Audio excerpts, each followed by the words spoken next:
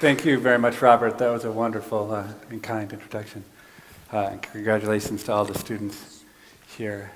So I'm going to start by telling you a story that you probably already know about King Solomon from the Old Testament. So he lived about 1,000 years before Jesus Christ, and he was king of Israel. He's had many accomplishments. He had 500 wives, I think, if I remember the story exactly right. And he's known today primarily for his wisdom and kindness as a ruler. And the story most of us know relates to a dilemma he found himself in when he was approached by two women. It turns out that these two women had each had babies around the same time, and one of the babies had died. And there was a conflict where both women were claiming that the remaining baby that was alive was their own baby. And so I'm sure many of you know the story. King Solomon showed himself to be an honorary economist when he thought about how to solve this problem, because in a typically economic fashion, he didn't worry about necessarily what seemed to be right or wrong. He simply said the efficient thing to do would be to cut the baby in half and give each of the mothers half of the baby. And the one woman who seemed quite satisfied by the solution, half a baby seemed better than no baby at all. And the other one cried out and said, no, let the other woman have the baby. At which point, King Solomon revealed himself to be perhaps not just a regular economist, any old economist might have cut the baby in half, but a really good economist, because at that point, he gave the baby to the woman who said, don't cut the baby in half, thinking that the only kind of person who could possibly want to cut the baby in half would be the same kind of person who would steal a baby from another mother. And I believe he had the other, I think he had the one mother executed as a result of determining from this evidence that she wanted to cut the baby in half that she was indeed a baby thief. So again, he exhibited the hallmarks of an honorary economist in thinking about the right solution to the problem. Now, I don't know, I'm probably talking to exactly the wrong age ranges when I talk about David Lee Roth. Now, the students are too young to know who David Lee Roth is, because he was the lead singer of a band called Van Halen, and probably the parents are too old to know who David Lee Roth is. But in spite of the name of the band Van Halen, it was not a Dutch band. It was an American band, and David Lee Roth was the lead singer. And it turns out David Lee Roth is also an honorary economist. Now, it wouldn't seem that he would have much in common with King Solomon, the wise king of Israel. But it turns out that they had a number of things in common, David Lee Roth. So Van Halen, I should tell you, if you don't know, was one of the first big, popular heavy metal bands. So they had long hair, and they sang loud music, and they played these big concerts. And so it turns out that, what did they have in common? So it turns out David Lee Roth was also Jewish, just like King Solomon. His dad had been an ophthalmologist, and he had learned how to sing, it turns out, practicing for his bar mitzvah is where he first learned that he had a good voice. And he also was quite prolific with women. It turns out he had a reputation for sleeping with a different woman at every single concert that he did, and they did a very long concert tour. So he didn't quite match King Solomon on that measure, but he did pretty well. But it also turns out that deep down, David Lee Roth was a really excellent economist as well. When Van Halen toured, they had a 63-page contract that they sent around to every concert venue that detailed exactly how they wanted the stage set up, and in addition to that, all the special things that the band needed done for them. So on page 40 of this rider, it described what they called munchies, okay, the various things they needed to eat. And if the concert was on an even day, I think it was fried chicken, broccoli, Brussels sprouts, and they went on and on. They named exactly the foods that they wanted, okay? And there was, you could have popcorn and this and that, and never paper plates or plastic forks. Always had to be real china for them, okay? And the kicker was, and this is what David Lee Roth got a lot of, and the band got a lot of criticism for, is that they always had to have M&Ms, the candy, but there absolutely could not be any brown M&Ms amongst the M&Ms that were in the candy jar, okay? And it turned out if they were ever caught to the concert venue and there were brown M&Ms, it was guaranteed that they would destroy the entire room. They would rip to shreds the entire room. Okay? Now people said, what a prima donna, what a horrible person. When it was banned, this is so full of entitlement. It turns out, though, that something deeper was going on. That this concert that Van Halen put on was one of the first really big staged productions. They had incredibly heavy equipment, and many of the stages were not well built at that time, and so they needed to be reinforced in various ways. And so of the 63 pages of this contract, about 30 were about the physical specifications of what was needed to make the concert safe, okay, so that the stage wouldn't collapse, that things wouldn't fall down. Okay? And the reason that David Lee Roth said there could be no brown M&Ms is that if he walked into the green room before the concert and he saw that there were no brown and M&Ms, he knew that somebody had read line by line every line of the contract up until page 40, okay, and he knew that probably it was safe, that they had looked at what had happened. Okay? If he saw a brown M&M in that bowl, it was just a very quick way to understand that probably nobody had paid attention and they had to look at every single detail of the stage to make sure that it wouldn't be a collapse. Okay? So really, David Lee Roth and King Solomon both do exactly what it means to me to think like an economist. To me, as Robert said, one part of economics is macroeconomics, which is all about inflation and interest rates and things like that. But the heart to me, the heart and soul of economics is about incentives. It's about human behavior and how to influence human behavior. And indeed, what King Solomon and what David Lee Roth did was even one step beyond that. It's how to actually do what we would call mechanism design, how to create incentives so that people reveal themselves either as a true type or a fake type. And that, in the essence, is a lot of what of the cleverness and the excitement of economics is designed to do. I've managed to make a little bit of a career in economics despite having any talent. And the only possible talent that I have is that I keep my eyes open and I look at the world around me and I try to have ideas. I mean, one of the luxuries, the academic system is so crazy, especially in the US. So my entire obligation to teach in a year, I'm in front of a classroom about 50 hours a year, okay? And I have the rest of the time to do whatever I want to do, okay? And sometimes I do things like come and speak to nice people like you here today, but a lot of times I sit around and I try to have ideas. I've probably spent at least 10 hours a week for the last 20 years trying to have ideas. So in a given year, I spend about 500 hours a year thinking, just purely thinking, only trying to think of ideas. Think of what's interesting and what I could study. Not actually doing it, just trying to think of ideas. And what's sad is I'm not very good at it. Because I consider it an excellent year. If I have one or two good ideas, I think I've done well. Okay, and out of 500 hours, it doesn't seem like a very good investment. 500 hours to get one or two good ideas? Most of what I do is so trivial that it's just embarrassing to even talk about it. But on occasion, I've done things that actually maybe have mattered just a tiny bit. I'll tell you a story about one of those things. So I told you about how I caught the sumo wrestlers cheating, and I also caught a bunch of teachers in Chicago. It turns out the teachers in Chicago were erasing the answers that their students were putting on the standardized tests and then filling in the answers. So I caught a bunch of elementary school teachers cheating. And rightfully, I was criticized by all sorts of people, saying it's so trivial, why can't you do something more important? And I figured out that a great answer to that sort of criticism was to say that I was working on these simple problems so I could develop tools and methods that would allow me, when I had the opportunity, to answer the really big, important problems. Okay, and I didn't really mean that. I just learned that that was a good answer I could give people.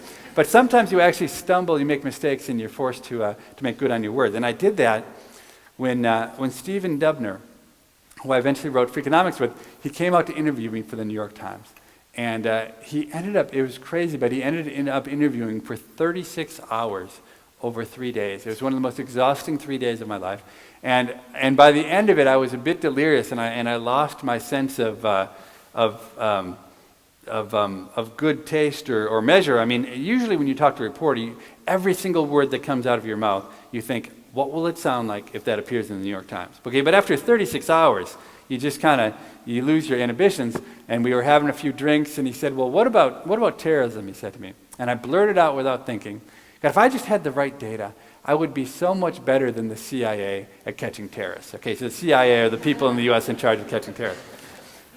As soon as I said it, I said, oh my God, what a stupid thing to say. And I said, thank God it's the last hour of 36, and he's got 36 hours of transcripts, and what's the likelihood that that one incredibly dumb sentence will come out in the piece he writes on me. So he writes a profile, and it's a really nice profile. I'm greatly enjoying it. And until I get to the last line of the last paragraph, where I throw down the gauntlet to the CIA, and the whole piece ends with me saying that if I had the right data, I would be so much better than the CIA at catching terrorists.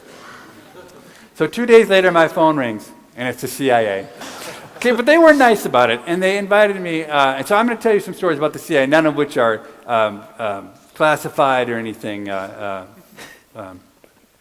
And they invited me to come down to the CIA to visit their headquarters because they had a new project, which at that time was a top secret project, and they wanted me to give them feedback. And they said, we're going to have 7 financial traders come down, because this new, there's nothing secret about this at all.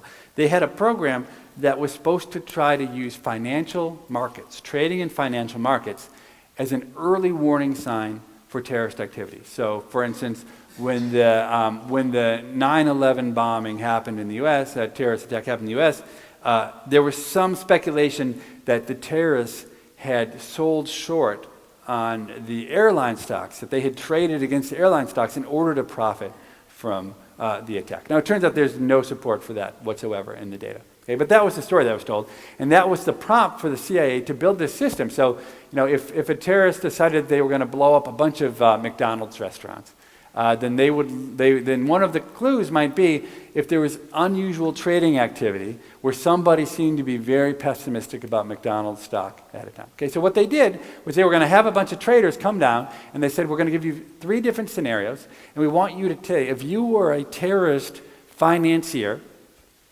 how would you trade to profit from these different scenarios? And so they said, we want you to work independently, and we want you to come up with your answers before you come to the CIA, and then we're going to talk about them when you're there. I said, sure. So the 7 traders showed up, and I showed up, and they gave, one was about a nuclear power plant, one was about McDonald's, I forget what the third one was.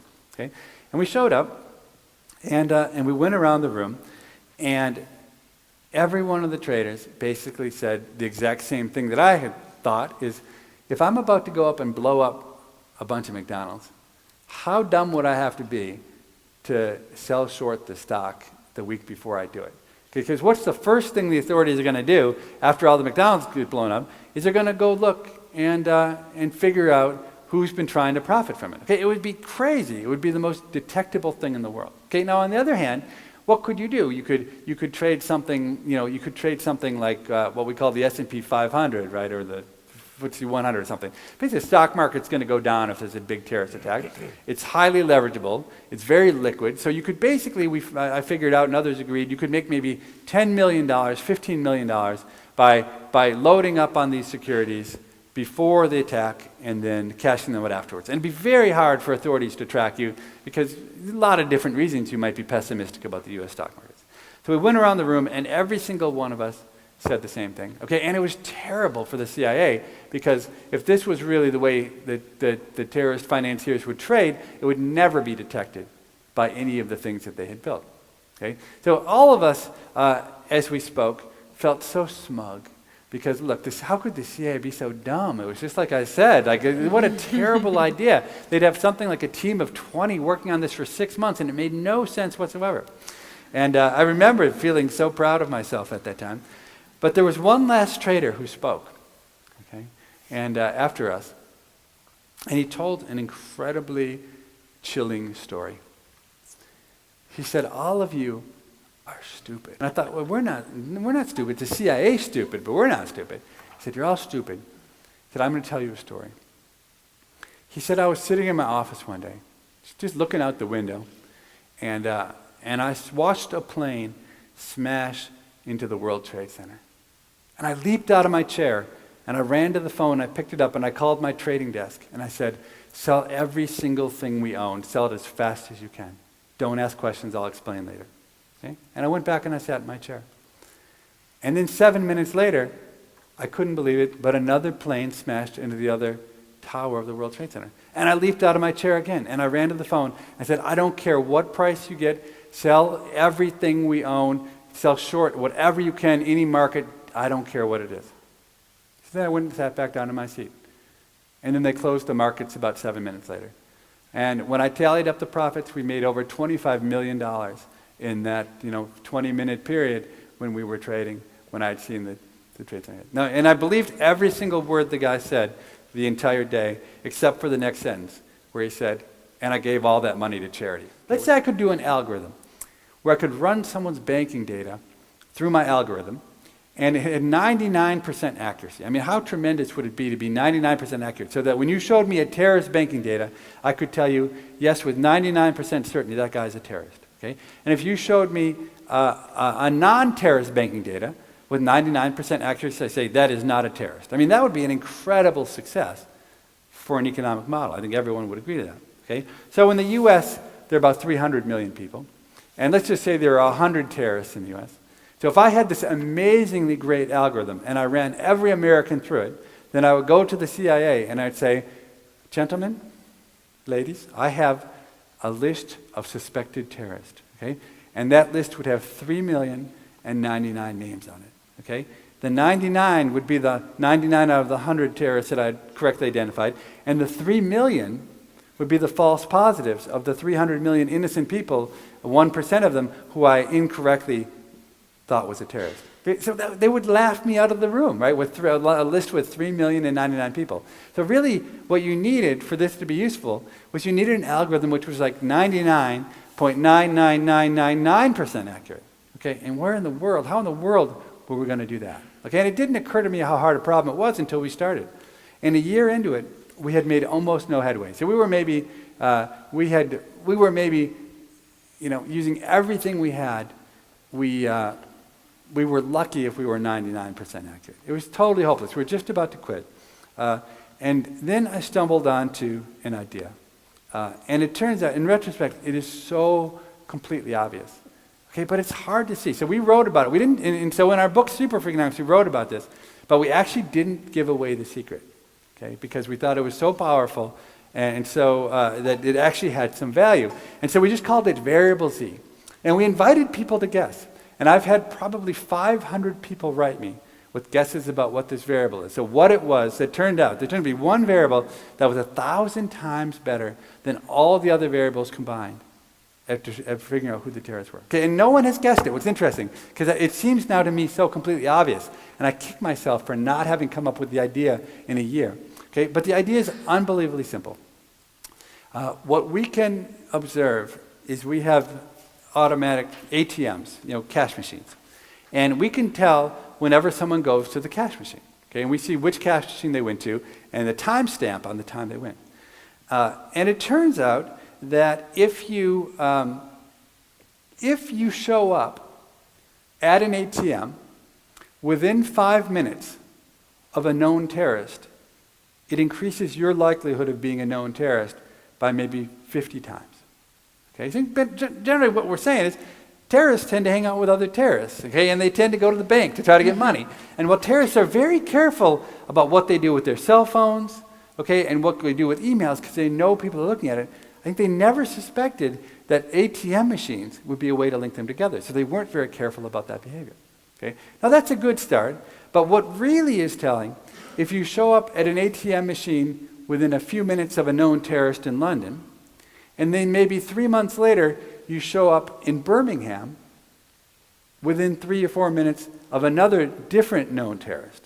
okay, then basically you're a terrorist, okay? Because by chance, there's very little chance that an innocent person, one of yourselves, will just happen to stumble into an ATM machine when a terrorist happens to be there, and then just happens to be across the country with another terrorist a few minutes later. I mean, the odds against that are vanishingly small.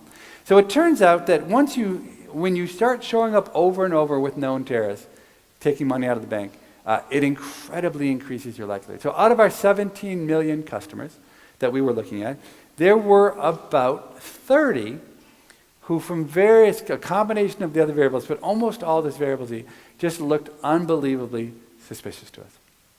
Okay? So we're academics, so we do everything slowly. And so we got these insights, and we just kind of, I got distracted with other things. And we decided that we should wait 6 months and just see whether, indeed, the algorithm had any predictive value. Okay? Because it was hard for the bank. It's not really standard practice for the bank to like go to the British government and say, we've poured over our clients, and we want to hand over a bunch of them to you as terrorists. Okay? I mean, because if you're wrong, it's very costly to the bank if this becomes public. But what we did is we waited 6 months, and it turned out over that time, there were 7 of their customers out of 17 million who were arrested by the British government on charges of terrorism. And it turned out that 3 of those 7 were on our list of 60. Okay, so to understand how incredibly good that list turned out to be, you have to know statistics. And it turns out that it's just, to pick 60 out of 17 million, then have 3 of those 60 show up out of the 7 who were arrested is absolutely an amazing accomplishment. Okay, at that point, we got the permission of the CEO of the bank to take the remaining 57 on the list. And it was actually one of the most interesting experiences I've ever had as an academic that I went, they gave me an envelope. I had never seen any identities of anyone because everything was always kept from me for privacy reasons. And they literally handed me, in the greatest British tradition, an envelope with some kind of ancient royal wax seal on it, so I couldn't see the names.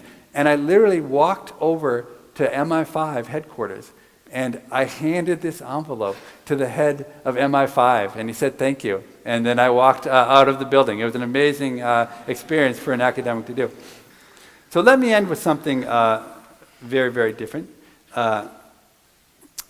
just to prove to you that I believe economics is alive and well in all parts of life. So when I wrote Freakonomics, it gave me so many opportunities where actually people started coming to me with ideas and insights. And I was actually speaking to a crowd in Chicago. It's a roundabout way to get in the story. I was speaking to a crowd in Chicago of private equity people, and we had a Q&A session at the end.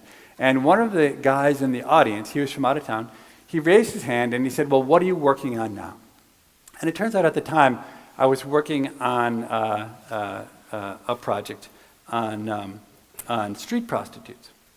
Okay? And so I explained that in Chicago, we had our trackers out. And it was one of the most interesting projects that I ever did. We would send people out to the street corners and into the brothels, and we would record all of the transactions that were done between the prostitutes and their clients. And it turned out to be an incredibly informative study for me because I learned more about how the economy really worked. Okay, and it changed my way of thinking. All right, so back to my story. Here I am. I've spoken to these private equity guys.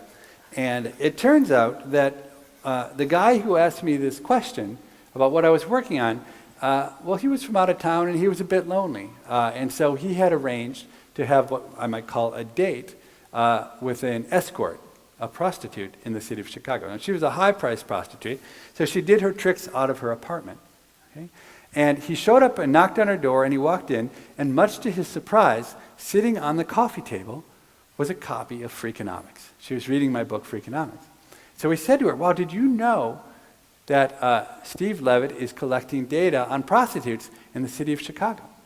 And she was kind enough, this prostitute, to write me an email. And she wrote me an email that said, hi, I'm a high-priced call girl in the city of Chicago, and through a mutual acquaintance of ours, I've learned that you're collecting data on prostitutes.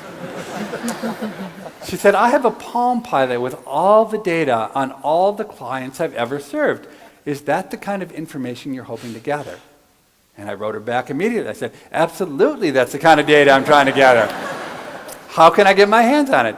And she said, well, why don't we meet for brunch, and I'll give you the data. And I said, great. Okay, so I showed up. We have brunch, and we talk for maybe 5 or 10 minutes about the data, and hand over the data. We figure out how she can give me the data. And then there we are at brunch, and I'm a pretty socially awkward to begin with, and here I am having brunch with a prostitute, probably another 30 minutes, wondering what are we going to talk about. So it turns out, because of Freakonomics, I'd talked a lot with CEOs, and I'd had the opportunity. So I just decided I would ask her every question I could think of about her industry, and hoping I would learn something. And she turned out to be an incredibly interesting woman. She had a college degree. She'd been a computer programmer. She had worked for one of the biggest companies in America, making $80,000 a year.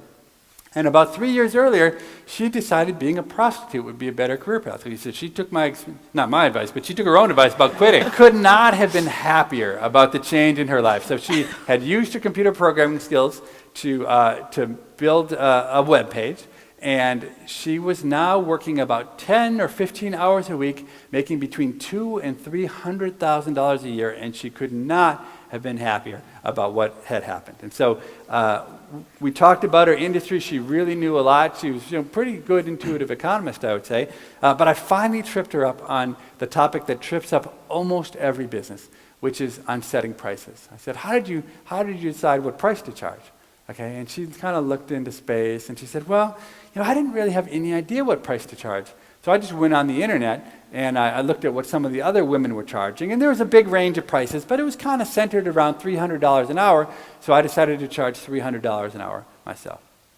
Okay, now, if you're an economist, that's not how you set prices, right? We have a rule. We have the inverse elasticity rule, right? If you need to know the elasticity of demand and your marginal cost, and you know exactly what price to charge. You don't look on the internet to see what your competitors are charging. So I tried to think, is there any way that I could ask her a question that would help me to understand whether she was charging the right price? And I remembered that earlier in the conversation, she had told me she had a dedicated phone line that only her clients called her on. So I asked her, how do you feel when the phone rings? And she thought about it, and she said, I don't even really care whether the phone rings or not. I'm kind of indifferent. I mean, sometimes if I'm not in the mood, I don't even pick up the phone at all when my clients call me. I said, my God, you're a local monopolist. You have a downward sloping demand curve. If you could sell one more unit of your good at the same price as your last unit, and you're optimizing, of course you'd want to pick up the phone. You'd love it when the phone rang. I mean, you can't possibly be charging a high enough price. She looked at me totally befuddled. But look, I wasn't there to maximize her profits. I was just trying to get access to her Palm Pilot. So I didn't go into any detail or explain it anymore. We parted ways I never thought I'd see her again. But I teach at the University of Chicago. I teach a course to undergrads on the economics of crime. And because I was doing this new research on prostitution, I decided to add a lecture on prostitution. I sat down to write that lecture. Boy, it's hard to write a good lecture. I didn't have very much good material, and it was frustrating. And then I had a great idea, one of my few good ideas that year. And that was, why don't I call my prostitute friend and have her guest lecture for me? Then I won't have to write the lecture, and the students will probably like it. So I called her on the phone. And I said, hey, how would you feel about coming down and lecturing at the U of C? And she said, oh, no, I'm a very private person. I'm a terrible public speaker. There's no way I could ever do that. Now, I know a lot about economists and enough about prostitutes to know that we have one very important thing in common, okay? And the word can't doesn't really enter our vocabulary, right? It's not about I can't do this or I can't do that. What's the right price, right? What price will it take me to get me to do it? So I said, well, what if I paid you your hourly wage to teach my class?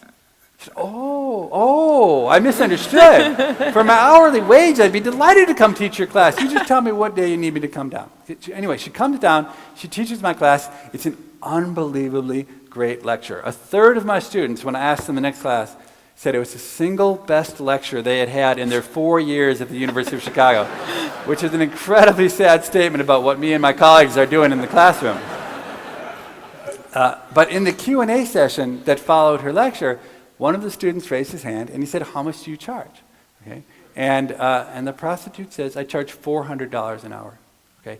And I become absolutely outraged. Okay? Because in our bargaining, I was trying to be polite and delicate, and I told her I'd pay her hourly wage. Okay? And she's there for 2 hours, so I'm thinking I got to pay her already out of my pocket, $600. And then she lies to the students. And says she charges $400 an hour and rips me off. And then the next student raises her hand And she says, well, how did you decide how much to charge? And the prostitute turns to me, I'm over there, and she's got this big beaming smile on her face. And she says, well, you know, the very first time that I was with Professor Levitt. So thank you very much. Congratulations, Bob. Thank you.